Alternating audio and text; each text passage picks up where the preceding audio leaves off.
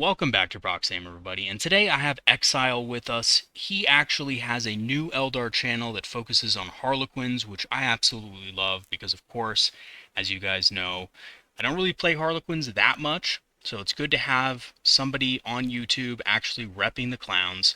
How's it going today, Exile? Hey, bad man, not too bad. Thanks for having me. Awesome, dude. Great to have you on the channel. It's funny because I was scrolling one day through YouTube, and what do I come across but Harlequin content? And I was like, man, have I been missing this whole time? Has there been like a secret Harlequin player maestro who's been absolutely just making these pumping out these videos? And then I noticed it was a new channel. I was like, man, I got to give this guy my support. So that's awesome, dude. Anyone out there watching this video, if you can sub, give him a sub, give him a like on his videos. He does some great Harlequin battle reports. Exile, I'll put his information in the description for you guys. But yeah, absolute king. I've seen a lot of his battle reports. I will say this, very high quality. Exile's a very good Harlequin player as well.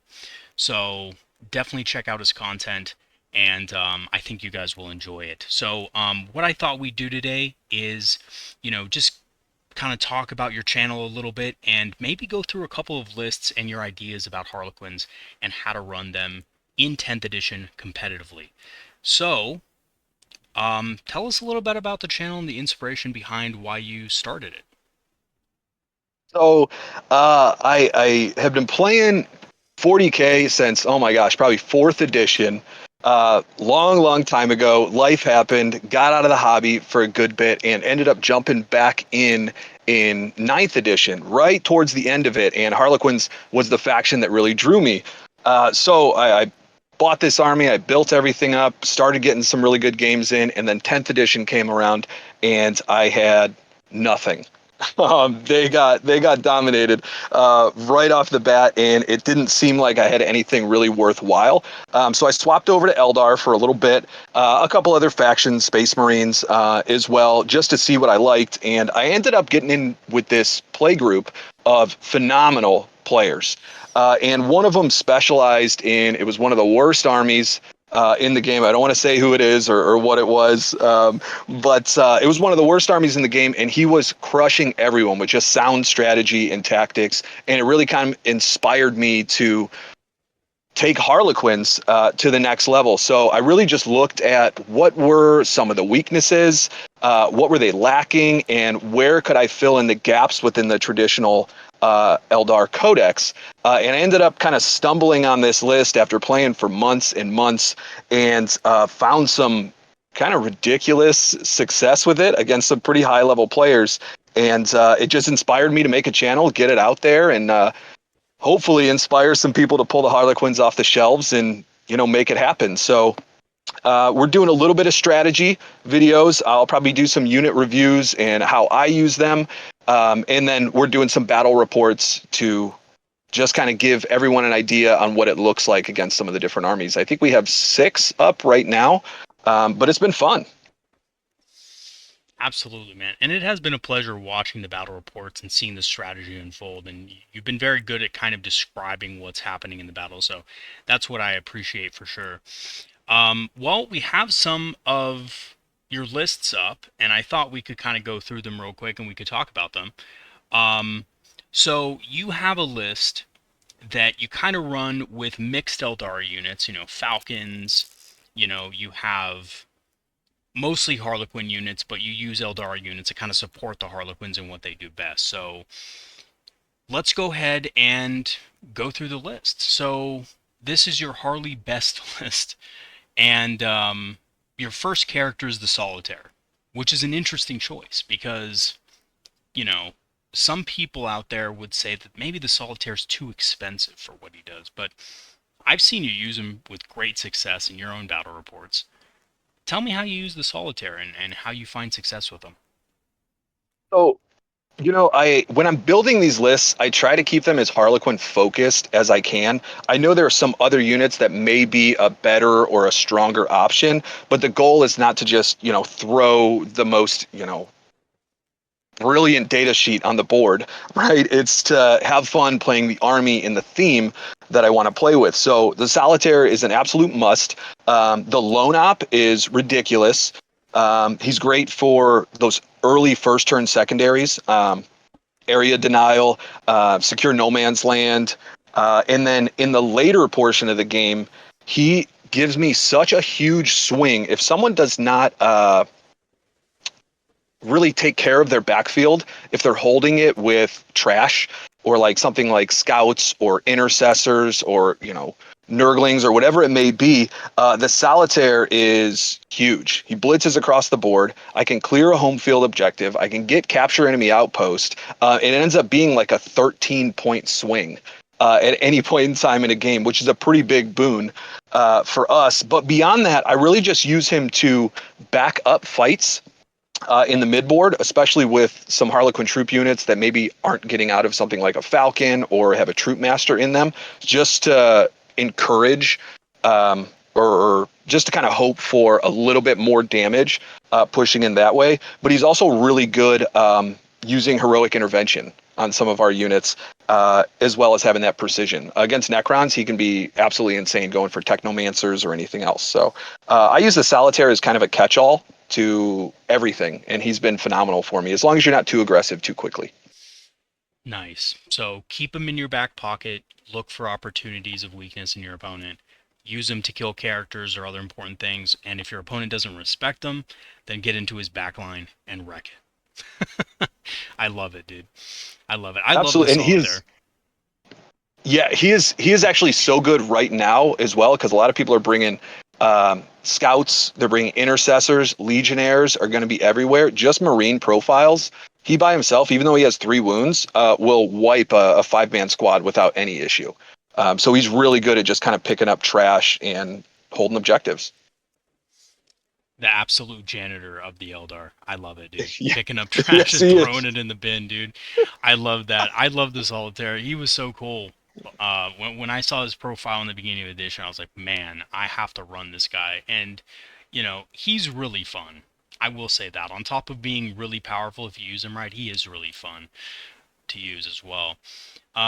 You also have 3 troop masters in the list. And, you know, walk me through that. So that's just for, I'm guessing, the dev wounds and the extra fusion pistol. Absolutely. So the troop masters are in there for a very specific reason. It lets my troops themselves be kind of a catch-all unit, especially with the devastating wounds. Now, regular Harlequin troops, they're okay at 75 points. They're fine at picking up light infantry or just kind of skirmishing. But with the troop master, they really kind of changed the game. The reason I run 3 troop masters is because I don't want to spoil anything later on, because I also run 3 Falcons. And with a troop master in a unit of troops coming out of a Falcon, re-rolling all of their wounds, it allows a 130-point unit, a troop master with 3 fusion pistols and a 75-point unit of troop, to down something like a land raider in one fell swoop between the shooting, the grenades, the +1 to charge, and the dev wounds re-rolling. It does a lot of work. It makes the difference in, us being able to wipe an entire unit of, whether it's 5-man Space Marines or, Sword Brethren, Gladius, or any of those 3-wound models, or, letting 1 or 2 survive, then clap back and wipe our entire unit afterwards. So Troop Master's ridiculous. The dev wounds really start stacking up. Yeah. And I really like the Troop Masters. I was a big fan since the beginning of the edition of the Troop Master, just being very cheap, you know. Everybody remembers the Troop Master of Ninth Edition, how he was just running through Terminator units and stuff like that. He's no longer that, but he is a great, army enhancer and troop enhancer as well. And by himself, he's not bad either. I mean, doesn't he have the grenades keyword as well? He's actually got some kind of really tricky stuff you can do with him. So he has grenades, right? Hmm. And he also has the ability where you could sub in a fate dice of anything and turn it into a 6 for a hit, a wound, or a save. So a single, troop master if you're going up against even another enemy vehicle, he can shoot with the fusion pistol. You can blade storm for -2 AP on something like a land raider. You completely take away their save just by plugging in a fate dice. So you're doing at minimum 3 to 5 wounds there. If he throws a grenade, it's another 3 wounds on average. And then whatever he goes through in the charge, he's -2 AP, even though everything's only 1 damage. He's +1 to wound with the troop. So the troop master, he can really kind of bring something down, finish it. It's not a ton of damage, but he can do enough to big targets if you really needed to. Yeah, and a lot of people forget about that because in the beginning of the edition, we basically had so many fate dice and so many great targets to use it on. Everyone was using Farseer, and we're like, why would we ever use a fate dice for a troop master? But now it's actually really good because when you ever going to use those ones if your Farseer's down or you're on another side of the battlefield, well, he has a fusion pistol. Like you said, you could blade storm, and that combo is really strong together. So the True Master can actually do some work by himself, which is, a lot of people don't think about it, but he is a pretty powerful piece. So one of those Troop Masters is your Warlord, correct? So you can get Battle Line Harlequins? Absolutely. Yeah, you need to have the troop master as the warlord, otherwise we're stuck with just 3 troop. Yeah. So you run how many troops? Let's see. You have 1, 2. How many troops do you have in this list? 5 units of troops. They're all 5 5-man troops. squads. Mm-hmm. Yep. 3 of them go inside of Falcons. The other 2 start in Starweavers. And what is your reasoning behind putting them in the Starweaver versus a Falcon?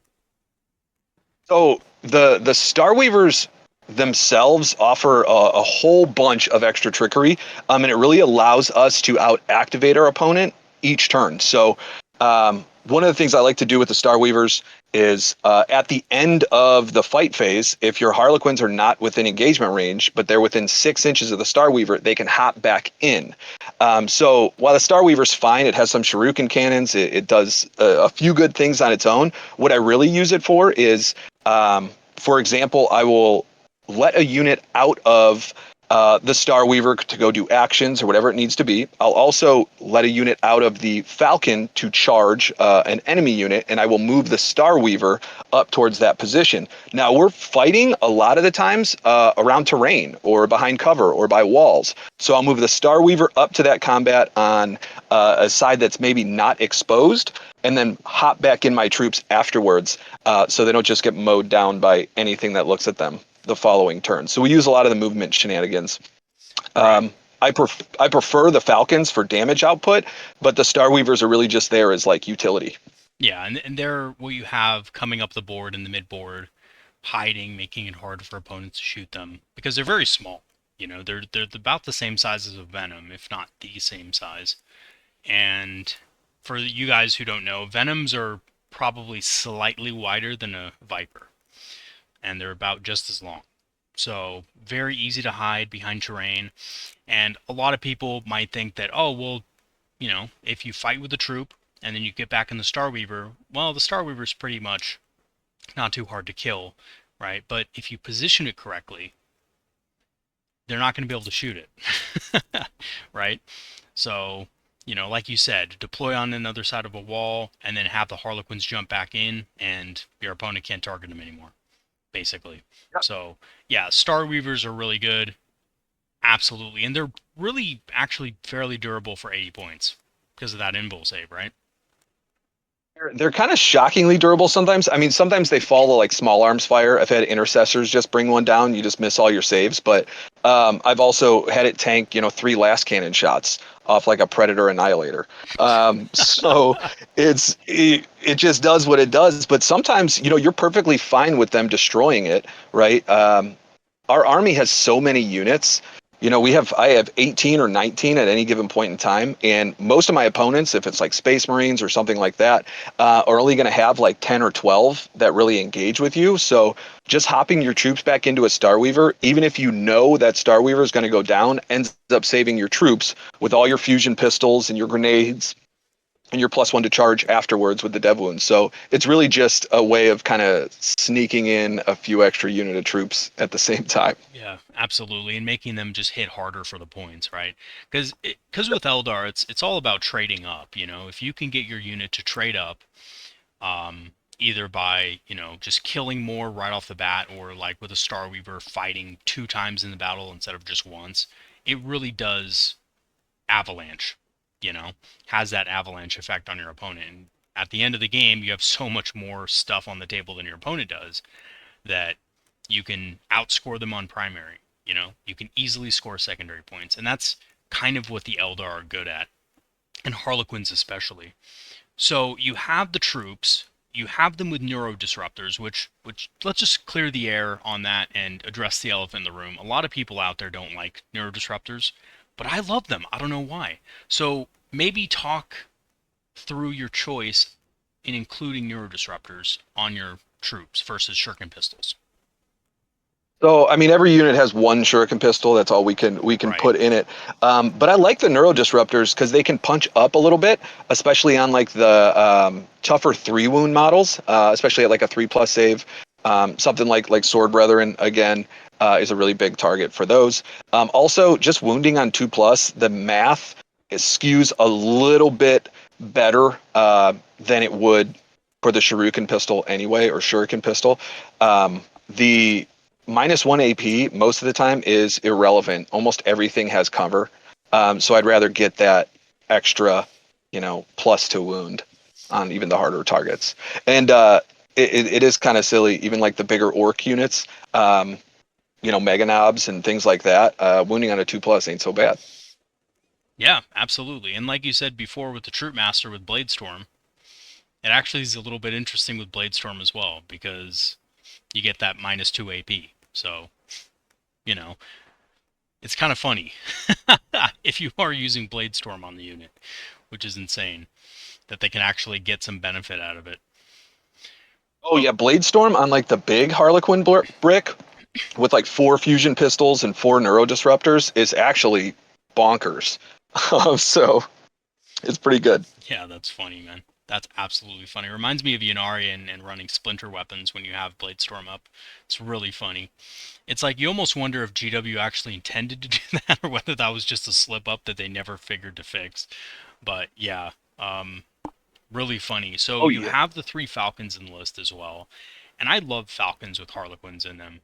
Being able to jump out of the Falcon, shoot, reroll all your wounds with shooting, and then reroll all your wounds in combat. I've brought down a Catan shard by just charging a unit of Harlequins in with a Falcon as well. And that's a pretty big deal. Being able to, bring down something so heavy duty with essentially light infantry, right? So the Falcons are in the list. Like you said before, they reroll to wound. How do you use the Falcons in the game? Do you use them aggressively? Do you kind of sit back with them a little bit more and be more conservative with them? What's your game plan there? So I basically use my Falcons as just reroll factories. Um, I always position, my army as a whole. I will have, um, a Falcon, a Starweaver, and Skyweavers on one flank, and the same on the other, and then I will have one Falcon right in the middle to just shift wherever it needs to go. Um, the Falcon is 15 points more than a Void Weaver. But we get transport, we get protection, we get the bright lance, we get the pulse lasers, we get all the rerolls to wounds. Um, it just makes our troops so much better.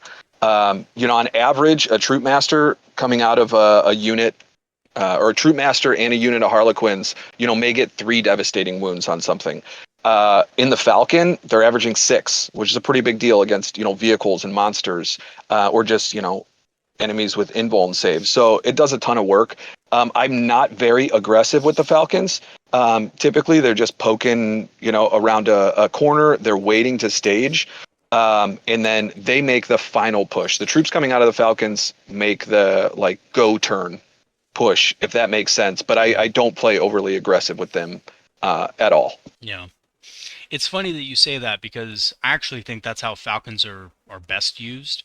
Because they're a little bit fragile, it's probably best to leave them kind of more in the backfield, screened by cover until there's an opportunity. Like I use fire dragons and falcons a lot, and it's the same thing there, right? Like I don't like exposing the falcon early because there's just so many things in the game that can just pop it, even with just fast moving bike units that you may not think should be able to kill it, end up killing it because of that T9. So I mean they are still pretty fragile vehicles, and they don't have an invul save, so you do have to be careful with them. So I really like how you use the Falcons in your games and in your battle reps because I think that's just absolutely the best way to kind of make the best out of your Harlequin units as well. And then you have 2 units of Skyweavers in your list. And why don't you go ahead and run me through those and what you use those for in your games? I use the Skyweavers primarily to hunt down enemy units and move block in conjunction with probably the next unit we'll be talking about and the Falcons. So Skyweavers by themselves aren't that great, but when you run them in combination with something else, they're phenomenal. Um, I do not like the big 4-man brick of Skyweavers unless I have to run it. If I'm running, pure Harlequins, yeah, I'll run a 4-man unit of Skyweavers. But traditionally, what I use them to do is finish off vehicles. On average, you're going to get about 6 wounds. Sometimes you'll spike and you'll get 9, which is, I mean, ridiculous. So you get 1 Bright Lance shot or 1 hit with a pulse laser from your Falcon. You use a 6 or a 5 on the Fate dice. Then the Skyweavers just kind of mop it up, and you're only exposing 1 cheap unit.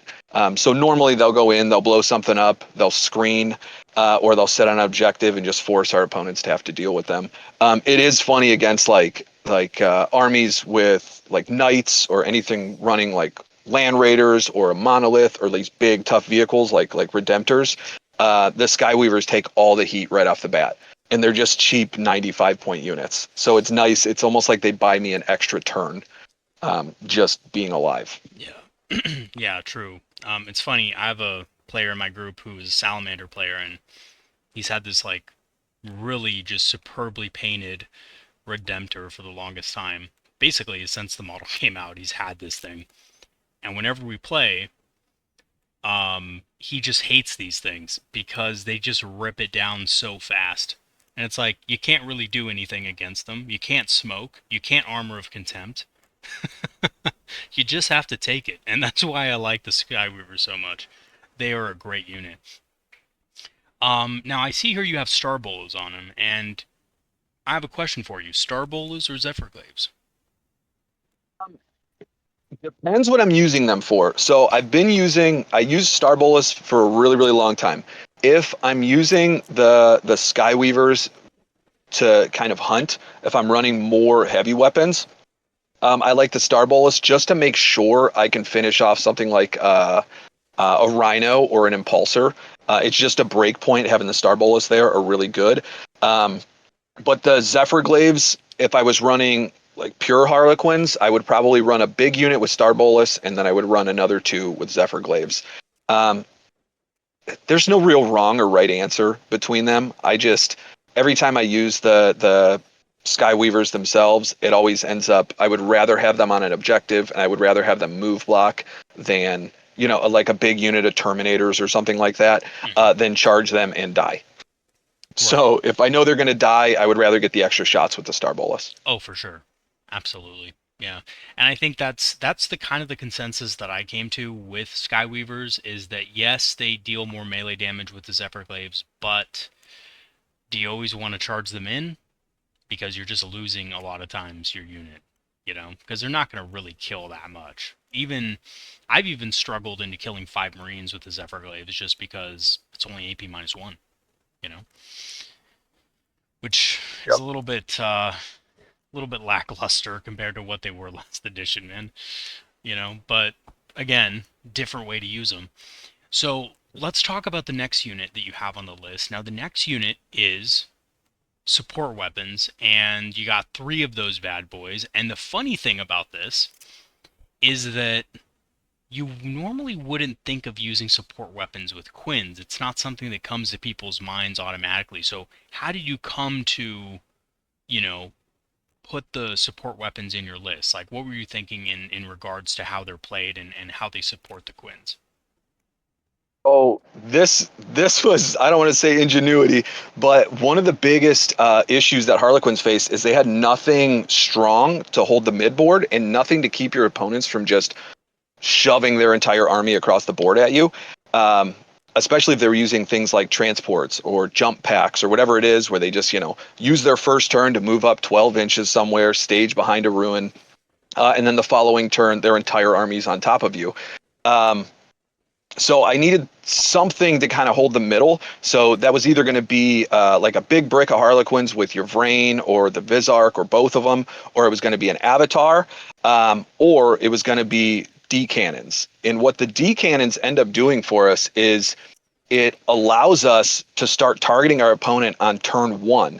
This is when I say I really like using the Skyweavers to hunt down enemy units because they finish off everything that the D cannons shot at prior. So now you can't stage rhinos, you can't stage land raiders, you can't stage redemptors. If you're playing behind the mid board, right, and your opponent's playing in their deployment zone for the most part, you're winning, right? But what we want them to do is come up to the mid board so that we can disembark all of our troops out of the Falcons and we can just kind of lay waste to everything that hits that objective. And the D cannons just kind of force your opponent to fight where you want to fight instead of where they want to, if that makes sense.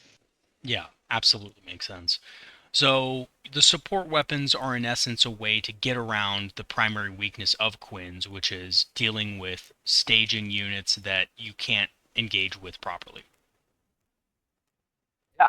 Yeah, Yeah. that and hard targets. So in a traditional Quins list, we have nothing that can target monsters. Hmm. We have nothing for even bigger invulnerable save, harder targets like a big break of Terminators or 8 bound or something like that. So the decannons just start ripping through. I mean everything. They're Yeah. so good in conjunction with the Skyweavers. It's like you get 2 or 3 hits on a Land Raider equivalent or a tank. In the mid board, you do 7 or 8 wounds, and then that cheap unit of 95-point Skyweavers comes in and finishes it off. And even though your Skyweavers are going to die the following turn, you just traded 95 points for like 200 to 300 points, and it's such a good trade. Right. And I think the other thing is like you said before, the list has nothing to deal with monsters. Like Skyweavers don't do it. Harlequin troops, they can do it against some monsters, but they really struggle into tougher monsters like, Kurgath, Plague, I think Plague Father, I believe, the big Nurgle guy. He is, oh God, man. I played a game semi recently against Chaos Demons, and I went up against them, and it was like, I looked at his stat line. I'm like, I'm just gonna let him live. He can just bring the plague. I don't care. I'll just have to kill everything else. But the D cannons actually can do some serious work over a couple turns against some of those chaos demons. So, you know, are chaos demons very popular in the meta? Probably not. But depending on where you live, you might have to go against them a lot. And D cannons could be a good answer to Quinn players looking for a way to deal with demons. So that is interesting. You Very do good at the Meganobs too. Oh, yes. Oh, absolutely, dude. Like, just triple D cannon, +1 attack on all of them, just going into a huge unit of Meganobs is music. It's a symphony of terror, honestly. Yeah, I could only imagine. And of course, the way orcs are playing now is they're kind of just trying to put the Meganobs on the objective and just have them sit there, right? So, they could definitely just take them out one by one. Have you been able to get against or go against an orc list, Green Tide or Bully Boys or anything like that recently? haven't got I haven't got to play against orcs um, since the new codex came out.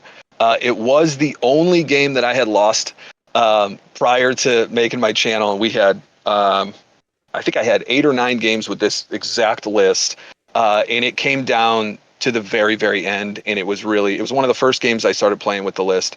I just didn't I just didn't I underestimated how tough Squig Hog Riders were.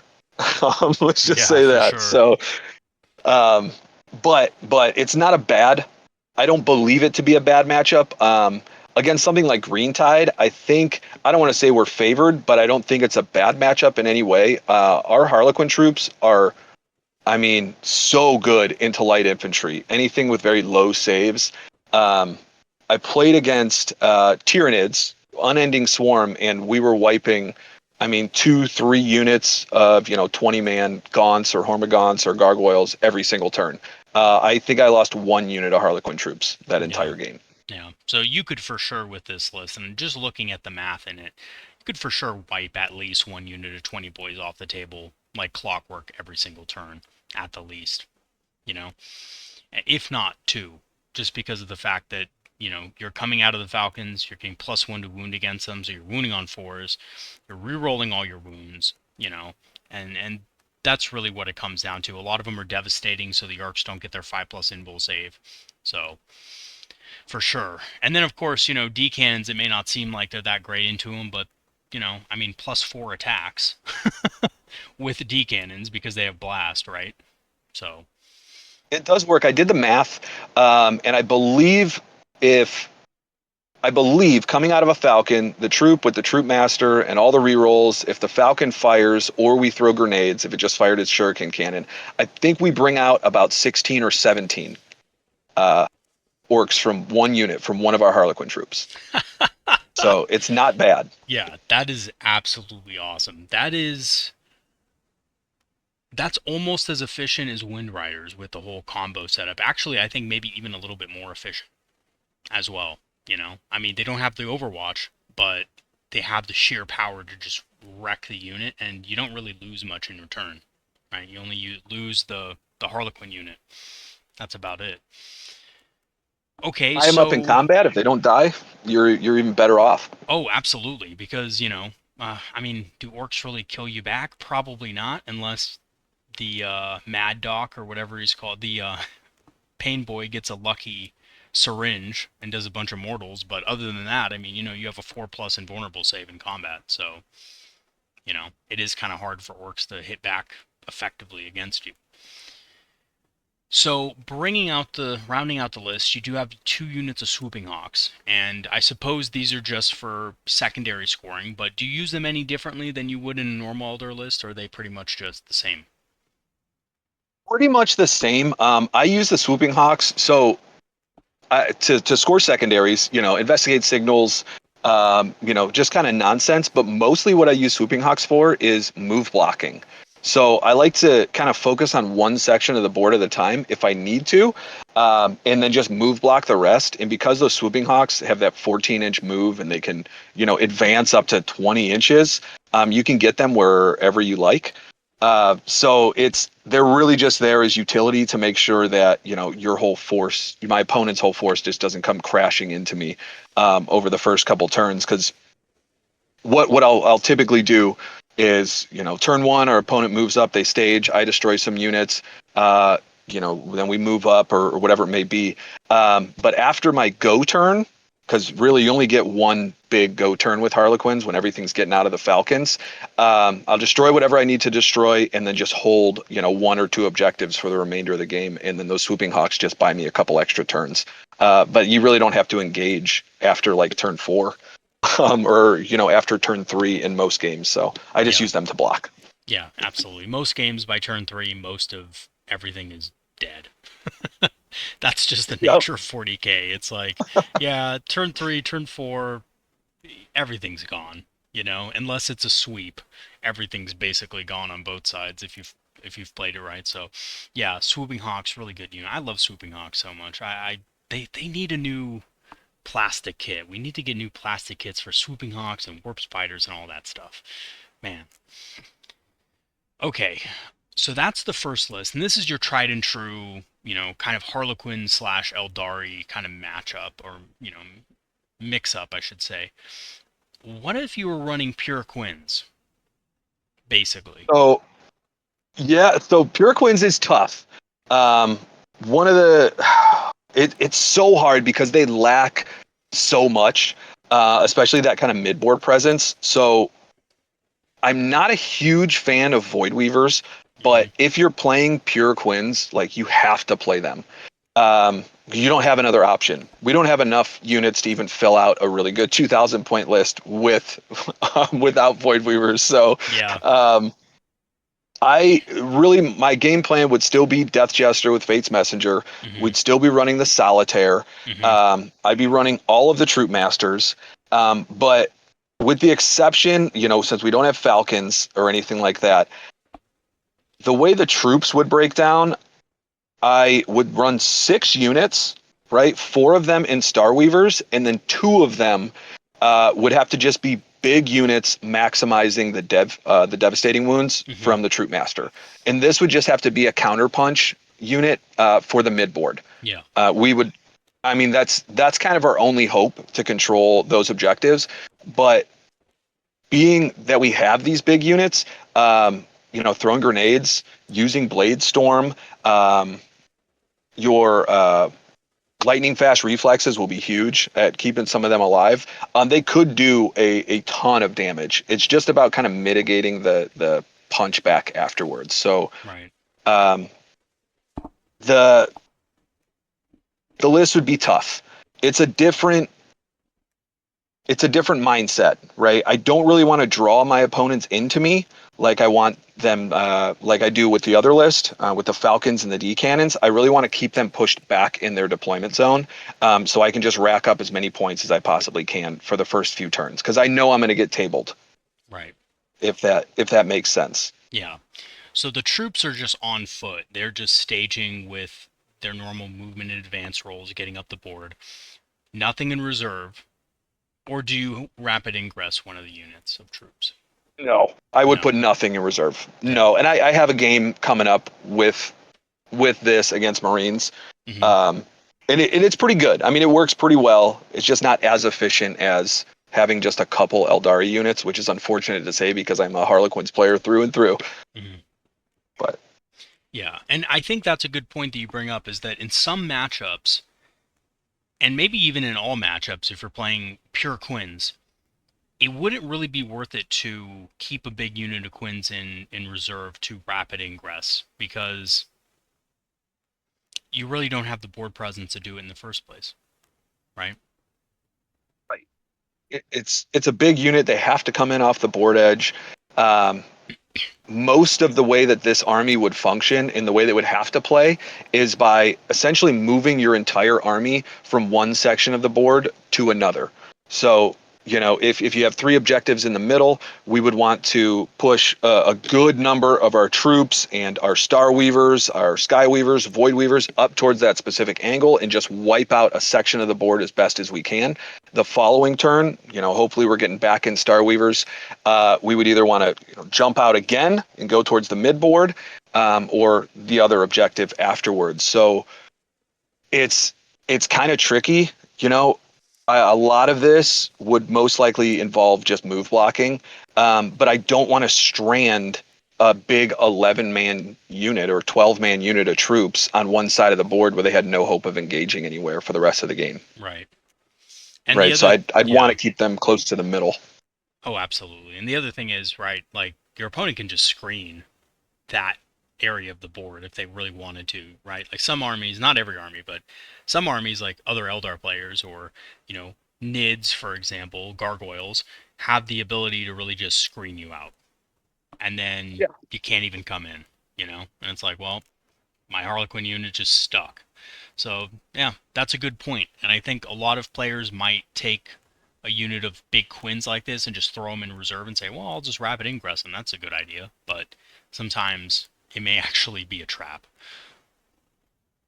So you have your other smaller troop units, your units of 4. You have your Star Weavers, which we talked about. You have your 3 units of Skyweavers with the Zephyr Glaives. Some of them have Zephyrs, some of them have Bolas. And I assume that's because you're planning to get some of these in combat as well, because you need a little bit of extra punch in the list. Exactly. So there is one 4-man unit of Skyweavers, and they have the Star Bolus because that's Mm-hmm. the unit that we will essentially have to fire and fade almost every turn. If we're going against, a mech list, big vehicles, that's going to be the unit. Unfortunately, Void Weavers just don't have enough to bring them down. I think at Hmm. best they're doing 8 damage to something. Right. So I would rather, if I'm going to fire and fade something, have the Star Bolus. But the other Skyweavers are definitely going to have to help in close combat. Um, it's the only 2 damage weapon that we have in melee Yeah. in the entire list besides the solitaire. Right. That's funny. Yeah, I mean, 4-man units of Skyweavers, hard to hide. You do need to use Fire and Fade on them. But, I mean, with the Skyweaver Haywire cannons, I mean, they could one-shot a Land Raider, I mean, with all those Haywire shots. So, I mean, they can punch quite considerably up. But, yeah, they are pretty vulnerable as well. So you do have to be really careful with them. And then you have the Void Weavers. Now, the thing about the Void Weavers, with me at least, is that I've found myself thinking that they're not that great. And I've come to the same conclusion that I think you have with them, that they're just not that good. They don't really hit hard. They do have the shuriken cannons, but realistically, a lot of times, are they putting out enough damage to warrant their points of 125? I don't know, right? The prismatic cannon is good against certain targets, but I think fails against a lot of things that you might think they'd be good at, like killing tanks. You know. What do you think about the Void Weavers, and how do you use them in the list? You are like dead on with Void Weavers. They were great when they were like 100 or 110 points, and they were really good at being like a support unit to take on tanks, Hmm. or heavy infantry. That should have been their role. But when they got bumped up to 125, the things that we could use compared to them is ridiculous. They're just not very efficient. The one thing with the prismatic cannons is it does 4 damage, right? It's strength 12, -3 AP, 4 damage, Hmm. but a rhino is 11 wounds. Right. So my 125-point unit struggles to bring down a 75-point rhino. And in order to do that, I have to expose my 125-point unit that will very easily get brought down by literally anything looking at it. Right. And the shuriken So cannons don't help its case. yeah, and I love shuriken cannons, but like we're not missing them in this list. We have 4 Star Weavers. It's Yeah. just a profile that we have a ton of already. So basically, what I would use the Void Weavers for in this is just hold back, and try to finish off harder targets. But I would not be using them as the main focal point of my damage. They just don't do anything. I hate Right. to say it. They feel like they do very, very little. Our fusion pistols in Melta range do more damage than this prismatic cannon, Yeah. and at better That's AP. that's true. That's true. I mean, I kind of feel the same. Sadly, I feel the same way about them. I think the only thing that I've found semi-useful is maybe occasionally battle shocking something so they can't use a, stratagem. But a smart player, will realize beforehand that you want to do this, and they will say, I'm just going to use my stratagems now before I potentially get battle shocked. But, I mean, I guess you could play some mind games with them, but that's about it. They just don't hit very hard, you know? I mean, I would love them. I would play a million. I would play 3 of them in every list if they cost 95 points. Yeah. But at 125, it's like, ah, Yeah, I they can't. I can't. absolutely. I think they really suffered from the initial Eldar nerfs when they were nerfing the Fire Prism, and they didn't want Eldar players to just hop on the Void Weaver right away. Like, oh, Fire Prism's up, I'll just hop on the Void Weaver. They didn't want that. But unfortunately, as we all know, Void Weavers are not Fire Prisms, and they did not suffer from the same problems. So they got hit with a nerf that they didn't need, in my honest opinion. And now they're just overcosted. Oh, they are actually pretty good into the horde. Yeah, Into like Tyranids or even, orcs or whatever it is. So, toughness 5, they're not so great. yeah, It's 2d6 blasts, so sometimes you're just going to spike and do a million. But sometimes you're going to walk away with like 5 or 6 strength 4, AP right. 0, 1 damage hits. And Yeah, that's for just, sure. yeah, Yeah, this whole unit just kind of a feels bad. it kind of is, and a lot of times it's like even against the horde, 10 more points for a D cannon, you know? Like, the D cannon does way more. Just because you're eliminating the feel no pain, you're eliminating the armor, you know, um, also -1 ballistic skill, which may not seem like that much, but it's funny against orcs because then they're hitting on sixes the next turn. Yes. It is. Everyone forgets it. It is so good. Yeah, it's absolutely great. I love it. Because then that way you don't really. I mean, you still probably want to kill the unit, but in those cases where you don't kill the unit, you could at least tag them with something. And then the funniest thing is, I had a game the other day where I was playing against my Ultramarines buddy, and I ran a D cannon because I have two painted D cannons, so I kind of ran my painted list against him. And he staged a unit of what are they called? Eradicator eliminators? No, eradicators. I think Delta with the, guys. with the Yeah. meltas, yeah. And he loves those things. He has like two big ass units in his army, and he's never not run them. So not a super competitive player, but definitely one that has a really well painted list. And I had one D cannon left to shoot, and I just said, I'm just going to shoot it at that unit of eradicators. And he's like, all right. So I didn't, I think I killed one of them. And, when he goes to shoot the next turn, I'm like, oh, they're at -1 BS. He's like, from what? I was like, the D cannon shot him last turn. It has this ability. He's like, man, and it actually did matter. It actually, it did Those matter. It multi was funny. melters. Yeah, the multi melters hit on fives Yeah, dude. coming out of it. Like Yeah. it's kind of funny with all the D cannons sometimes. So I know a lot of people, they play Eldar and their focal point is like Fire and Fade and like Phantasm, but when I play Harlequins, I very very rarely have to Fire and Fade. So really the Harlequin specific strat that I use is just grenades, and I just Mm, pretend that grenades are some Harlequin special stratagem where they do more damage. yeah. But I use lightning fast reactions all the time, and then when you combine that with like the D cannons hitting multiple different units, it's like everything in your army at some point is just -1 to hit, and Yeah. it feels pretty good sometimes. Oh, absolutely, man. It really throws your opponent off. Like, and it's just like from what Eldar players think about people popping smoke on their vehicles, like just think about that's how people feel against us when our whole army is at -1 to hit, basically with, lightning fast reactions or D cannons and stuff like that. It's a mind game, but it's one that I often find that, kind of surpasses the realm of probability in a weird way. It's like you tell somebody something's at -1 to hit, it's like, oh, like, there's this like cosmic energy that just like puts bad energy into their dice. I don't know what to say, but let me tell you, those eradicators that came out, they didn't hit a single Yeah, they you didn't hit put a that single good. time, man. I thought they'd at least hit a couple times. They didn't hit once. He was shooting a Wraithlord too, which they should have melted the Wraithlord. And the Wraithlord just is like looking around like, what happened? In his like little ghost world. He's like, oh shit. Mhm. That's that's awesome. Wraithlord's actually really good. I like the Wraithlord. I think it suffers from the Ballistic Skill 4. I think that's its only issue. It just doesn't, it's not consistent, and I think that's why people don't pick them up often. But I like the Wraithlord. I think it's cool. I think its ability is good.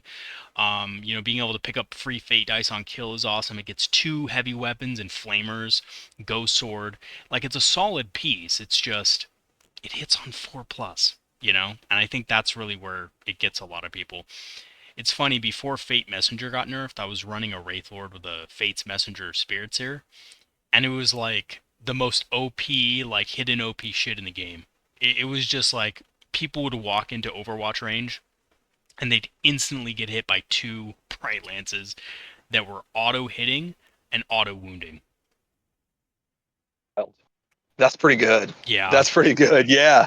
Wow. You know what? I never thought about that. Yeah, because he gives them lethal hits. yeah. But unfortunately, they nerfed the shit out of that with Fate's Messenger only being able to affect the model itself and not the unit. So, but still, Wraithlords can be pretty effective. And in that particular game, the Wraithlord had just walked up to a Rhino and popped it in combat.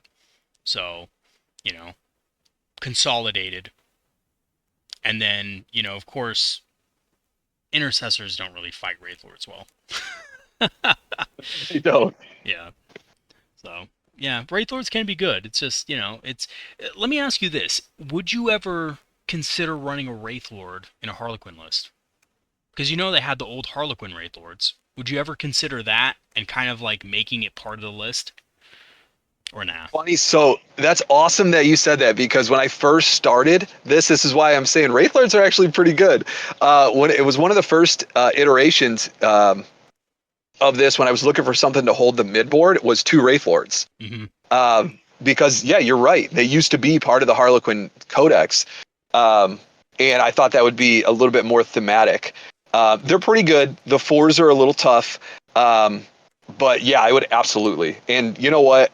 I totally forgot about that. I will probably play a game with that Nice, soon. nice. I don't see any reason why it wouldn't work, right? It's Wraithlords aren't the most optional, the optimal. Everyone's always looking to kind of like skew the data sheets. It feels Mm-hmm. like, especially in the competitive side. Right. But just because they're not, hyper points efficient, doesn't mean they're not still a good unit that couldn't serve a purpose. Mm-hmm. And I think they would serve that purpose pretty damn well. Oh, absolutely. I use my Wraithlord quite a bit. And he's fun, old Wraithy. I've used Wraithlords for a long time. I like Wraithlords. They were one of my favorite units in 4th edition. And you played in 4th edition, so you remember this. But they just tore everything apart. Absolutely just wrecked 15 everything. pound. Yeah. Oh yeah, it was like 15 pounds. It was metal. Uh, yeah, Well, they tore apart your carrying case, your foam, everything. yep, Like the opponent's yep. army. Oh man, the Wraithlords are so fun. I remember in 4th edition when they came out with the Eldar Codex and the new Wraithlord came out. I instantly bought 2 of them. It was like I was running around with triple Wraithlord in some lists, and it was just people would.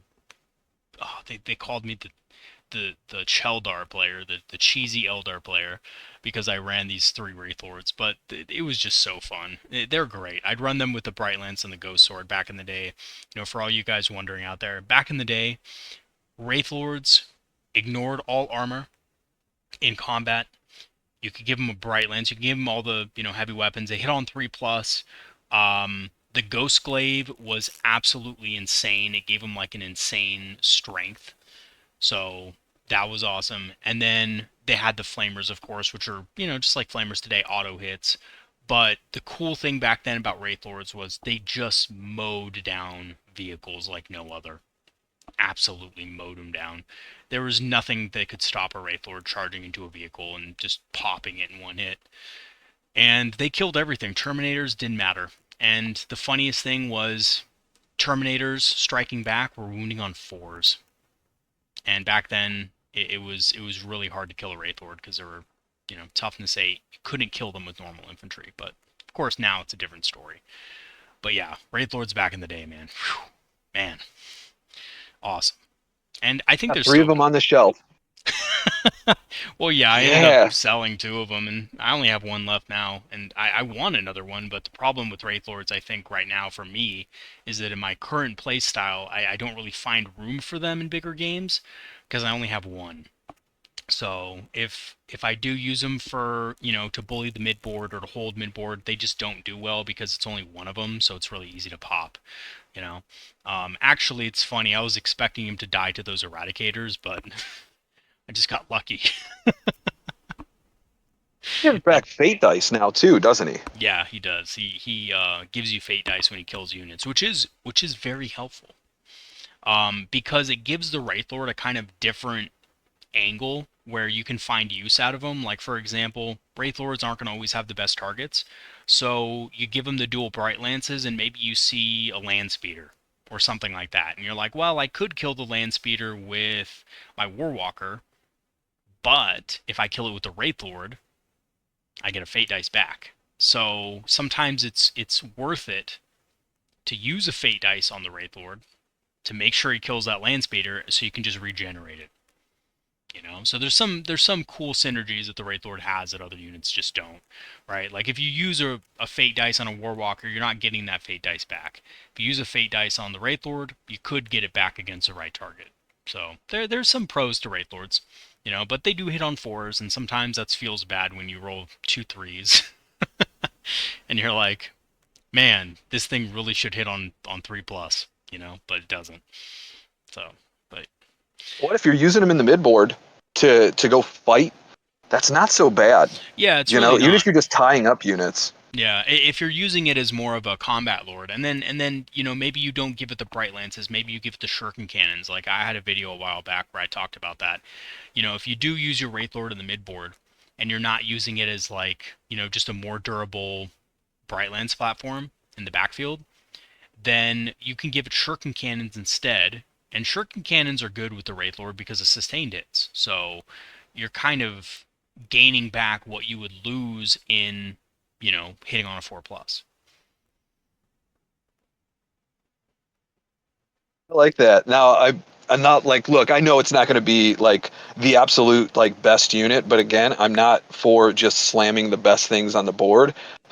With good tactics, man, you can make any unit work, and that sounds so much more fun than, and I hate to say this, than like putting just an avatar in the center of the table and going for it. I would much rather beat someone with a couple Wraith Lords in an Eldari list than the Avatar Kane. Oh, for sure, man. And the thing is, against some armies, two Wraith Lords is actually more durable than the Avatar because a lot of armies are just going to grenade the Avatar. They're just going to mortal wound the Avatar, and it's going to get past the invul save, the armor of the Avatar, the half damage, everything, all of his defensive abilities.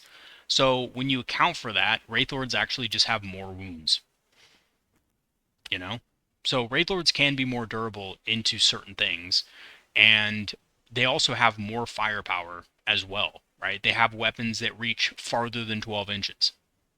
So I love the Avatar of Kane, don't get me wrong, but there could be an argument to, fielding a couple Wraithlords instead of the Avatar, saving 15 points, and just supporting the Wraithlords with different units so that they become a harder target for an enemy to take out.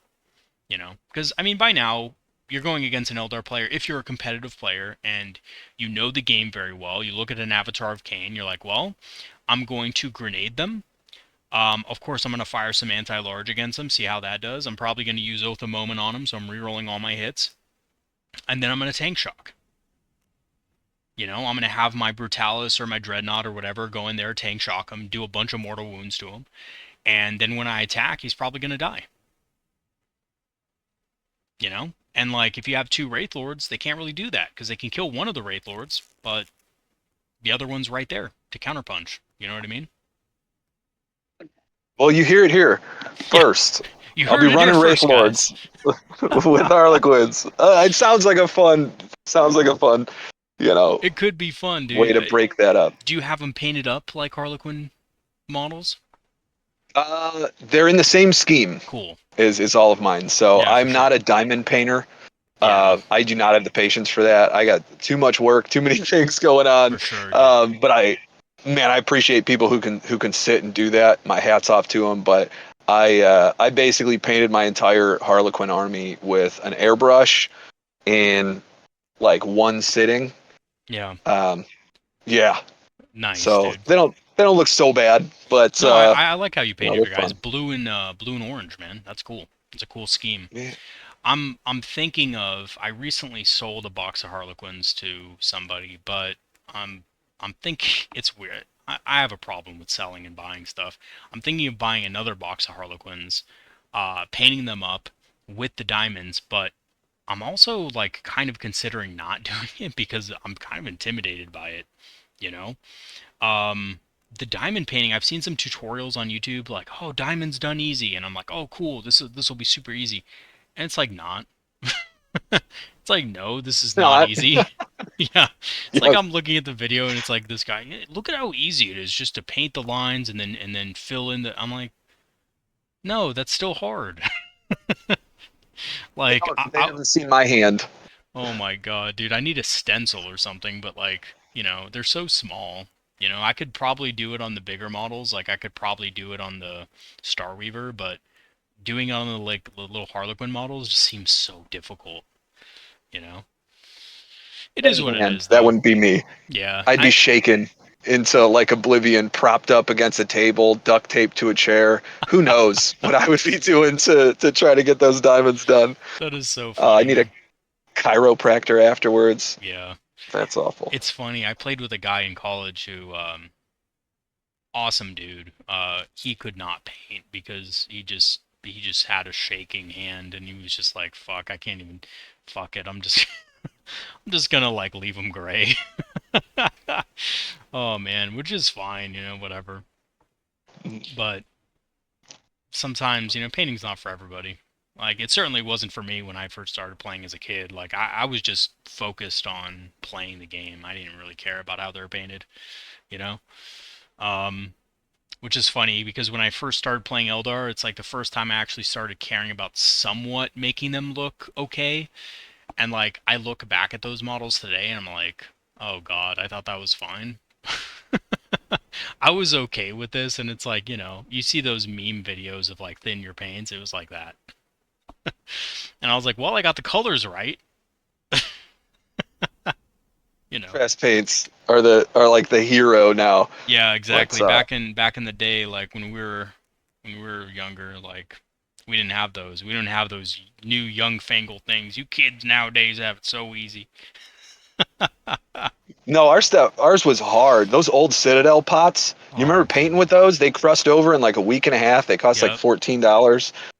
Um, dude. those were awful. I remember the first innovation the GW actually came out with that I liked was foundation paints. And to this day, I don't think there's a single paint kit that I've ever bought from anybody that rivals it. Nothing. And I've never seen anything like it again. I don't know what happened to those foundation paints, but when they changed them to quote unquote base paints, it was probably the worst. I was expecting the same thing. And when I realized it wasn't, I was very disappointed. I was like, man, these some of you guys will know some of the colors like Leviathan purple and Hormagaunt purple, and then you had Deneb stone, and you had these classic foundation paints that were like so easy to use and so good.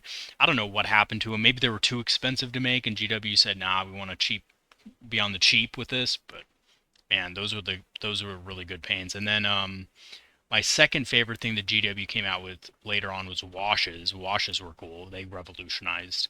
Because before, I don't know if you remember that. You probably do, because I think you're around my age. But they had inks. Remember inks?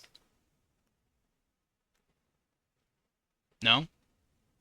Yeah, absolutely. I remember the inks. Oh, dude. Okay, so first of all, like for you guys out there, like you guys are kind of spoiled, and we're spoiled now as hobbyists because back in the day, if you wanted to like, make the armor like, Eldar armor has a lot of creases in it, a lot of indents.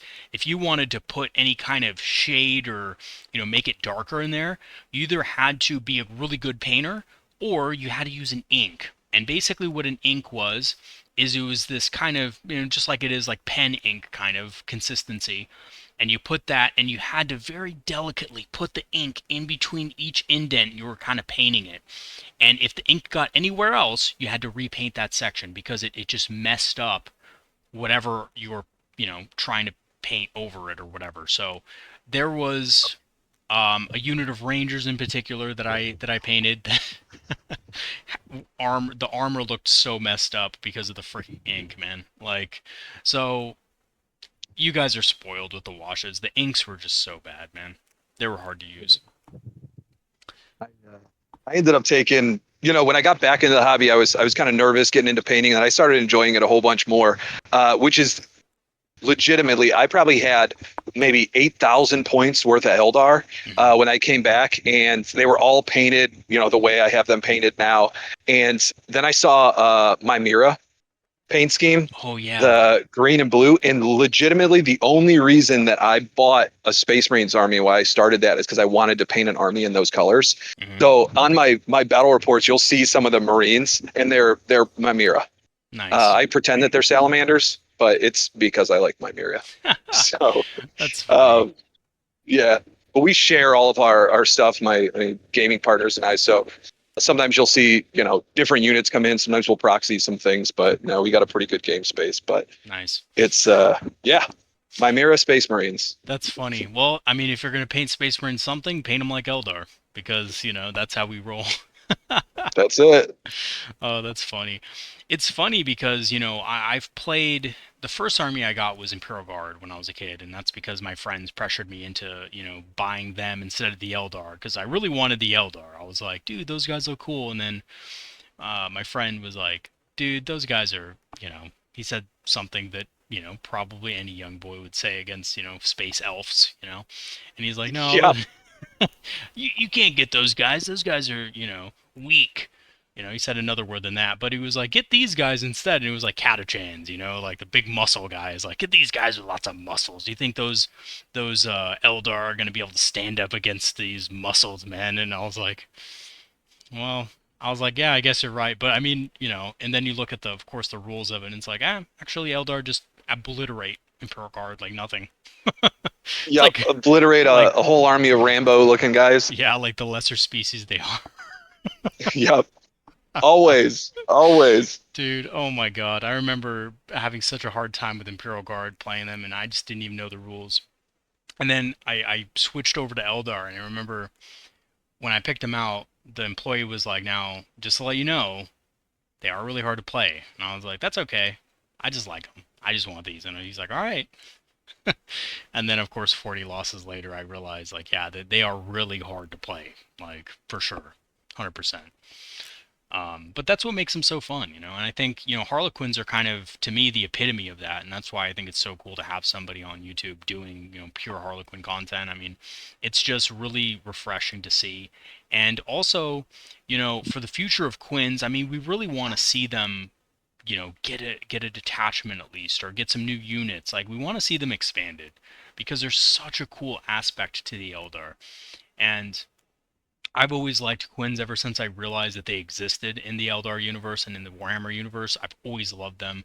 I loved running them in 4th edition. They were my favorite unit to run, with the Shadow Seer basically making them impossible to target with weapons.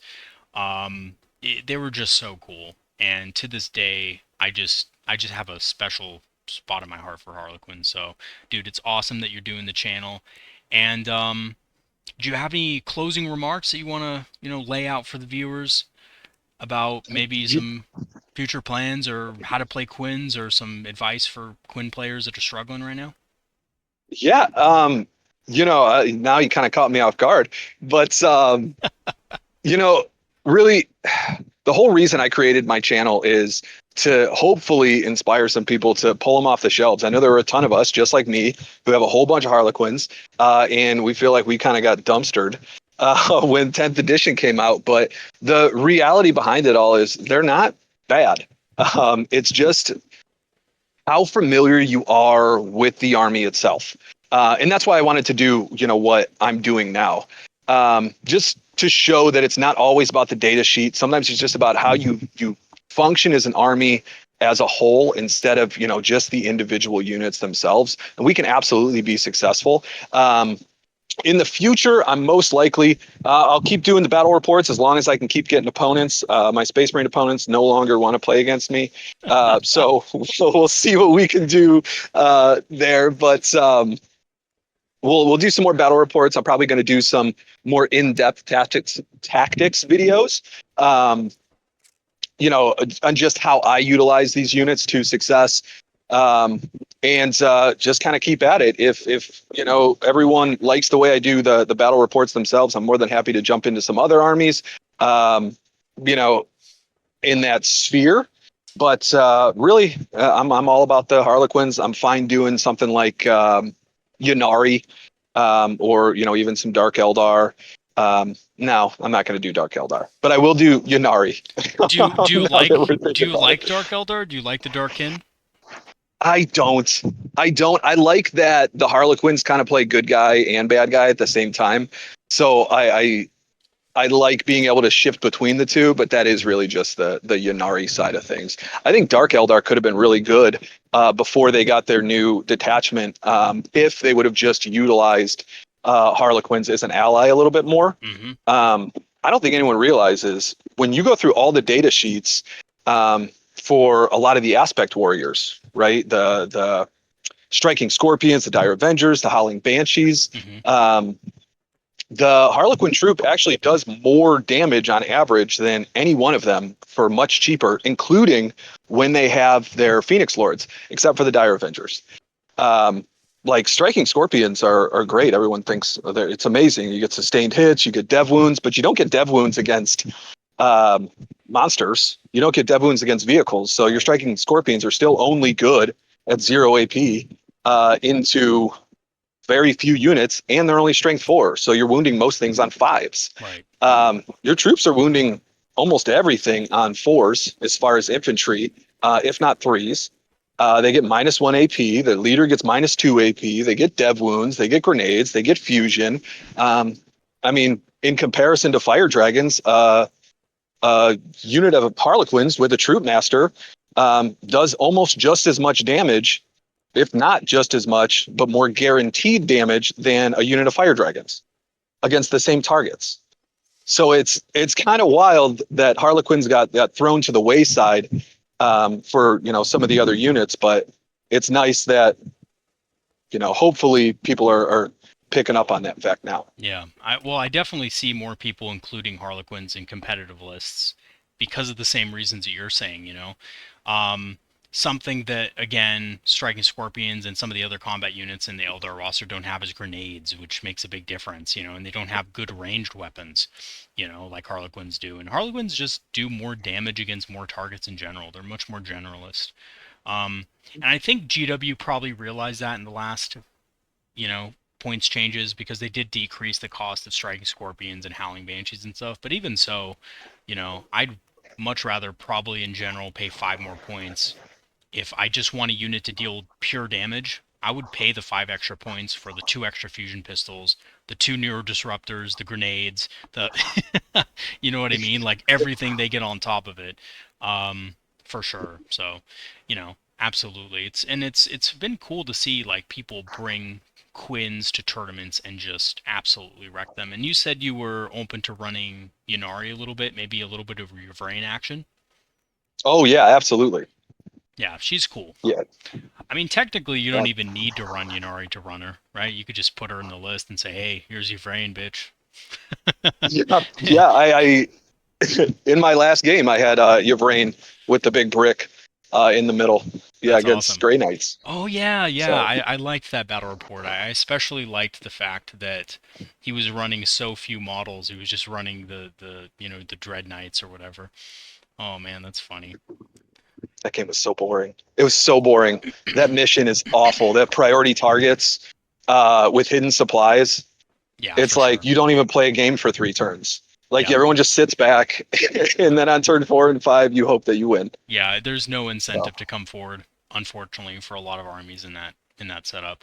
Well, I mean, hopefully these new missions in Pariah Nexus are a little bit better because, I mean, from what I've seen so far, it looks really good. You know, the primary yeah. mission that they kind of revealed looked like it incentivized people to get onto objectives early and to actually play the game earlier on, you know, instead of just, oh, no, we'll just sit back like, yeah, like you said, hidden supply or whatever. It's like you don't have to really do anything until the last couple turns of the game, or which sucks, you know. Well, and our troops are battle line. So we That's get all right. those extra bonuses. I think you'll see people start to play just a troop master and some Harlequin troops a little bit more than they did before. Yeah. Just because, yeah, you get all the battle line. No one runs battle line in Eldar. We got like one unit. Sometimes we get a unit of Storm Guardians or Guardian Defenders, and, Yep. and that's it.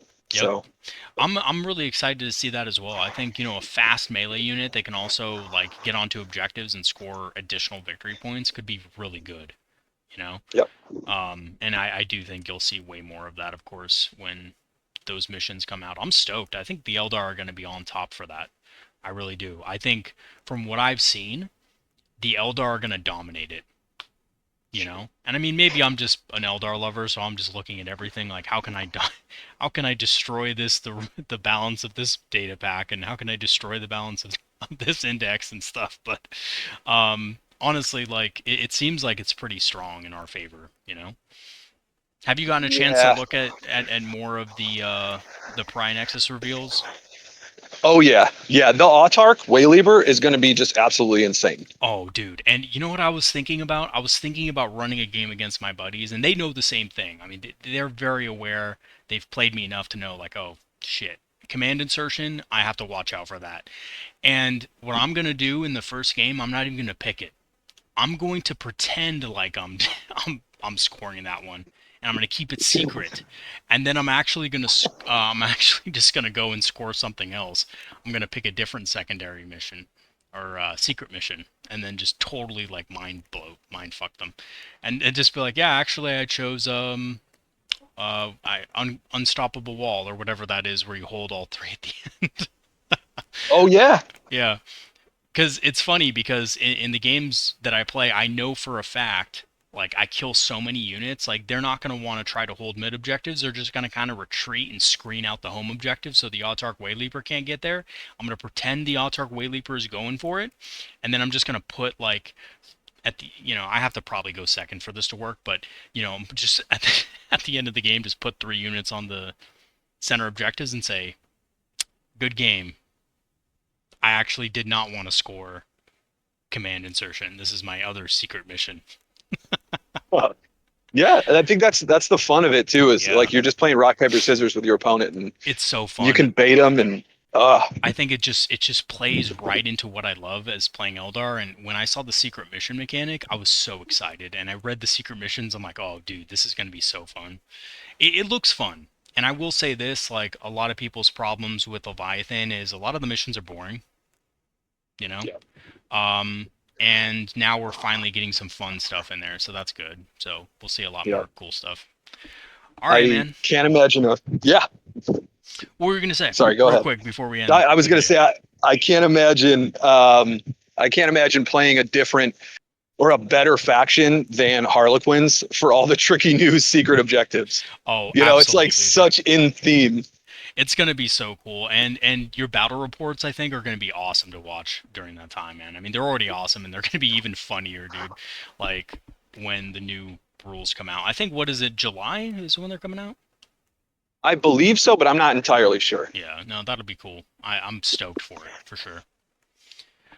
All right, man. Awesome. I'll let you go because I know you got probably stuff to do, or maybe you don't, like me. Just during the summer, I'm just waiting on another job to start. But um, I'll have you on the channel again, man. We'll have to talk again about Quins because they're really cool, and I hope your channel continues to put out videos and stuff. I'm really rooting for you, and I'll make sure that everybody knows your channel exists so that we can have more Eldar players get inspired, because I think that's really important, man, for Right sure. on. Well, thank you so much, dude. I appreciate you. It's been a blast. I'm more than happy to do this anytime. So thanks again. Awesome. Yep, no problem. Thank you for coming on, and for all you out there watching, I do want to thank everybody who has supported the channel in the past or currently. Thank you for, kind of making the channel better. And if you do want to support the channel, I do have Patreon free trials activated, so you don't have to pay a thing to get on the Patreon and to get on the Discord.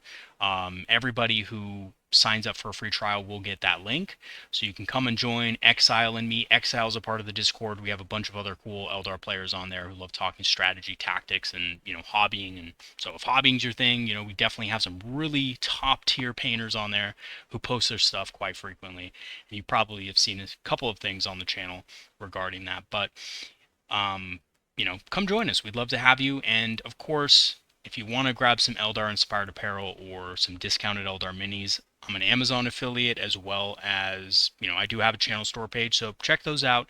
They'll be in the description as well. All right, everybody. Thanks once again, Exile, and I'll see you guys next time. Have a good one, and peace out.